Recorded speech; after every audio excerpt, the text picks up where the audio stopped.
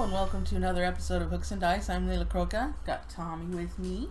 Hello, Tommy. Hello, everyone. And you'll hear Mira scrabbling around here. Yep. She's playing ball. We're dog sitting. Today marks our 60th show. Yay! So, we are going to dedicate the entire episode to talking about Pillars of Eternity, Lords of the Eastern Reach. It's a game we've been playing 2 weeks now. Yeah. It's a fun game. It's very addictive. And there are so many different ways to play. Mm-hmm. It's would you say it's a card game? Yes, it is very much a card game. Yeah. It's got some board game parts, but mostly a card game. If you, we'll get to that later. Yeah. You want to show them the goodies that you get? Yeah. Well, if you can open the box. The box is a little difficult to open. This is the deluxe edition. We can probably cover what's the difference. Yeah, what's the difference between the regular and the deluxe editions? You get these extra big card versions of the companions that are from the PC game. This game is based on Pillars of Eternity, the Baldur's Gate-like game that was released recently, probably like 2 years ago now. Relatively recently. Yeah. He has the autographed collector's edition of Pillars of Eternity, and then he has the deluxe edition of Lords of the Eastern Reach. Yes. So you get those. You get the campaign book, which has a lot of different scenarios and things you can play. I found that you can download this on their website, so if you don't get the deluxe edition, you can still do the campaign. They have it in PDF on their website. We'll put the website in the description, I'm sure. Yes. And you get this, which is a board game element. It's not really necessary to play, but it's nice to have. Nice way to organize where you put the cards. It's got adventure, 3 slots, discards, quest, city, hireling, and then their respective discard slots. Yeah. And a center to put resources and things like that in. Yeah. That's what the about difference. This is the early adopter version. Got the little wooden piggy. Get a piggy! Yeah. It's so cute. I love the piggy. Everyone gets the piggy token. A little token that they can use to represent the piggy. It is the ethereal piggy. Ethereal piglet. There you go. Bring it a little closer so you guys can see. A little focus. Yeah, a little ethereal piggy. Yep. I love the piggy. Those of you that know me know why I love the piggy. You get lots of cards, city cards. Yeah, there's 3 times this in city cards. 198 city cards. Yeah. We can talk about the bags. Oh yeah. It's so nice. These cards came wrapped, right? Mm-hmm. And then I don't know what you want to say and what I should say. No, you go ahead and say it. It came with these nice plastic bags to store everything in. Yeah. Some for the little tokens and some for the dice, and it's such a small thing, but it makes it so much easier to store it. You could have just grabbed some bags yourself, but it's so considerate of them to include a few bags for you. Absolutely. And then of course you've got a velour dice bag, or actually it's the resource bag. Token bag? Token bag, yeah. Resource tokens with little icons on them. Mm-hmm. There's hammers. Or that's not showing up very well. Oh. Not too well. Yeah, kind of. There you go. And goods. And of course, money. Coins. Let's see if I can be lucky and pull one out. Of course not. You do this when you play. You pull out a set amount of resources, and sometimes you get lucky and get what you need. Sometimes you get only hammers. Yeah, that the other person needs, because you have to share the resources. Yes, if you can't spend all your resources, you have to hand them over to the other players after you've spent what you can spend. So. But my favorite part is the bling. You gotta say it like that too. You gotta say bling bling. It's soul gems. Soul gems. That you get from completing dungeons. Ooh, good catch. Oh, dungeons. Oh, that does not show up too well. There we go. There's dungeons 1, 2, and 3. Yep, with like monsters and things. There are also wilderness cards. And the wilderness cards are more challenging than the dungeons. Yeah, like it's a little bit more random. You know, you've got some really easy things and some really hard things in there. So chances are you can get into some serious trouble with your party if you go here. But you can evade them. You can evade them. It just allows you to roll a die, and if you get a high enough on your die, you don't have to fight whatever you encounter. You don't get any reward for it. No, but at least you don't get any damage from it. Yeah. What was I gonna say about the wilderness cards? I love it when my brain stops. Alright. Well, you draw city cards, and you build out your city. You recruit an army with cards you draw when you draw the city cards. Every turn you fill up your hand, so you always have at least 5 cards. There's abilities and heroes and things that allow you to have more. These allegiance or alliance? Is it alliance? Allegiance. Allegiance cards. You can see the little house up there. That's how many buildings you can build. And the little apple is how many people you can have in your army. And each, was it allegiance? I already forgot. Allegiance, yes. Yes. Each allegiance card gives you special things. Like this one says +1 hand size. And you can discard even if you're the non-active player. This one protects you from losing soul gems. Because there are cards that cost you soul... Oh no, it's the event die. Event die. You roll at the end of every round. After every player has had a turn, you roll the event die. Usually something bad happens. Sometimes you get lucky and nothing bad happens. You do have, as Corey said, the event die. Which sometimes, if you get the this one, you lose the soul gem. That does really show up. Oh, there we go. If you get this one, you lose the soul gem. Yeah, I don't know how to pronounce it. It looks Irish. Yeah. Let's not try. Let's not try. And there's ways to protect yourself, like the one allegiance protects you from this one. There's different city buildings that protect against the other ones. Citadel, fire pit. What's the third one? Temple. Temple.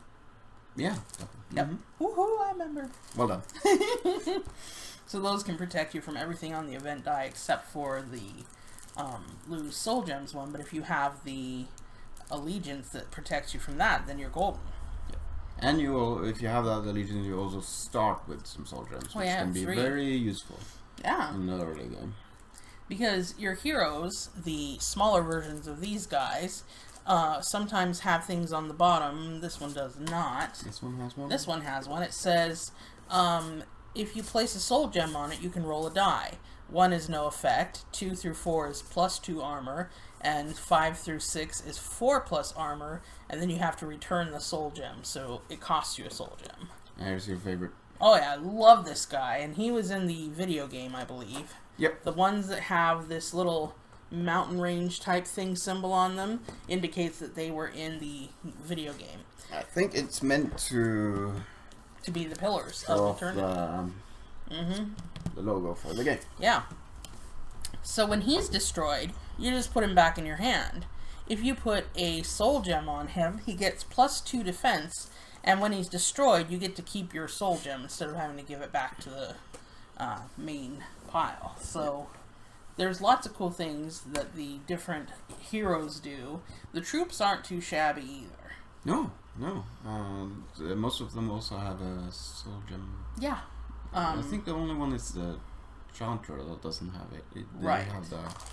But the Chanter has spells. They call them scroll phrases. Let's try that again.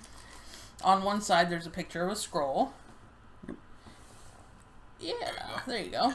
And on the other side it says... +2 attack, +1 armor, or re-roll... Yeah, re-roll. Yeah, re-roll a die. Yeah. So, Chanters get that. There are a couple of heroes that get that, like Kanarua. Is it Kanarua? Yes, Kanarua. So, it's called Invocation. Yep. And his says, when adventuring, you can discard the first card you draw each turn and draw another card.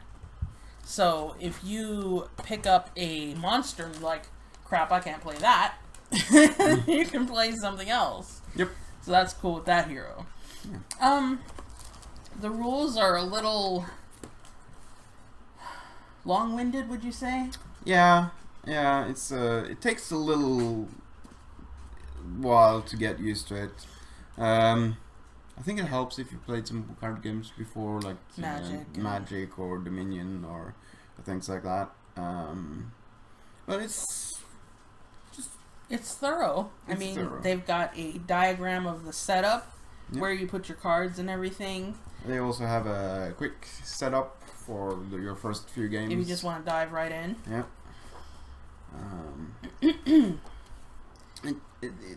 Yeah, there's a few things that could have been explained better. They have some examples of things that they do, but overall,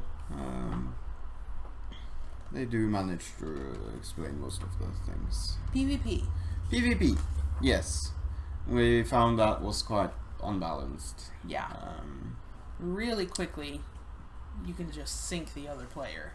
Yeah, it's you end up steamrolling the other player if you get the upper hand. It can be quite hard to keep defending, and when you can't defend, they'll destroy your buildings, and then you end up with without no buildings any victory points. And Yeah. victory points are counted on your buildings. The soul gems count for victory points. The trophies, which are the monsters you defeat, and any loot that you get. Yeah. And all that adds up to victory points, and the person with the most victory points wins. Yeah. They do have some scenarios in the regular rulebook. Which we were playing by accident. Yeah, we inadvertently played the PvE version where you don't attack each other. So Yeah. because we wanted to try some games without the PvP because we found it a little unbalanced. So they actually have rules for that. You also have another interesting one that we tried out, which is open tasks. That was fun. Where all the quests are basically open. Well, all of the active quests. We have 6 at a time. active at the time, and then whoever completes it first gets to keep it. Yeah. We played through almost all of the campaign book. Yeah, 5/8. Yeah. We got to finish scenario. And of course he 5. stomped me. But part of that was because there was the player versus player allowed, and you know, he always got the upper hand on that. I was never able to build up an army fast enough. But there was one in here that I dominated. That was that one building the farms? Was that one? No, I don't think so.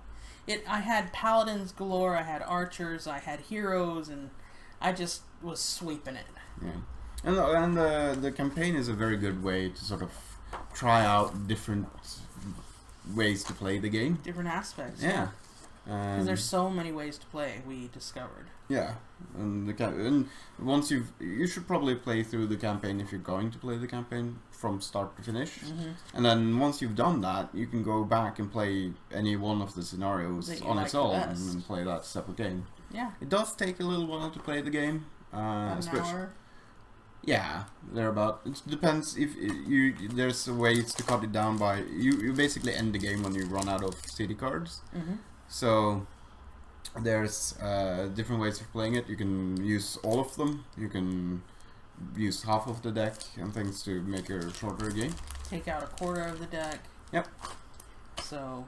Yeah. And in the scenario, they have you take out specific cards. Like the stronghold or the like, siege engines. Yeah.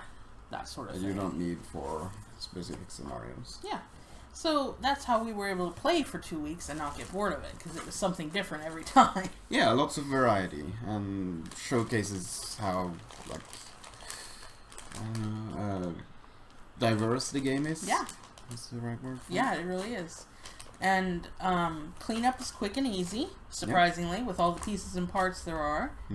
Especially if the person who wins has to clean up. Shuffling is a little Yeah, we little much when you shuffle. 198 cards. Yep. So we use a card shuffler. You know, one of the little This is a lot to shuffle. battery-operated card shuffler. Yep. But, you know, there's not that many of the rest of the cards, so they're easy to shuffle by hand. Yeah, it's just the city cards that's takes a little while. Yeah. So we recommend this game very much. Very fun. And of course, it can be played with 2 to 6 players. Is it? I think it's 2 to 4. Is it? Whoops. 1 to 4. There is a Oh yeah, you can play by yourself. There is rules for single player in there. Solitary play, Yeah. which we haven't tried yet. We have not tried that, but it's something we could look into. Yeah. So we recommend this game, and we hope you guys have had fun learning about it, and hopefully it'll entice you to get a copy of it for yourself, because it's really Yeah, we can put some links to where you can get it, and I think they have It some... was a Kickstarter, wasn't it? Yes, it was a Kickstarter, and I do think they have some instructional videos and gameplay videos on their YouTube, so you can probably link to that Link too. to those as well, for the gameplay. Yeah. That way you guys can see it in action. Yeah. But this episode's run a little long, but it is our 60th episode, so, you know, go crazy. Thanks for watching, and have a great day. Bye.